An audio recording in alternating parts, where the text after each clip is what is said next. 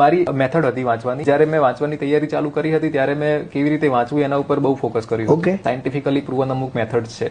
ઘણા સાયન્ટિસ્ટ છે જે ન્યુરોલોજીસ્ટ હોય છે એ લોકોનું મેં અમુક યુટ્યુબ પર જોયા હતા. તો થોડું ડીપમાં કહું તમને તો એમાં મેં અમુક એવિડન્ટલી એવું છે કે તમે એક્ટિવલી રિકોલ કરો ને કોઈ પણ જે વાંચો એને તો તમને ઘણી સારી રીતે યાદ રહેતું હોય. એક રીડિંગની બે મેથડ હોય, એક પેસિવ રીડિંગ ને એક એક્ટિવ રીડિંગ.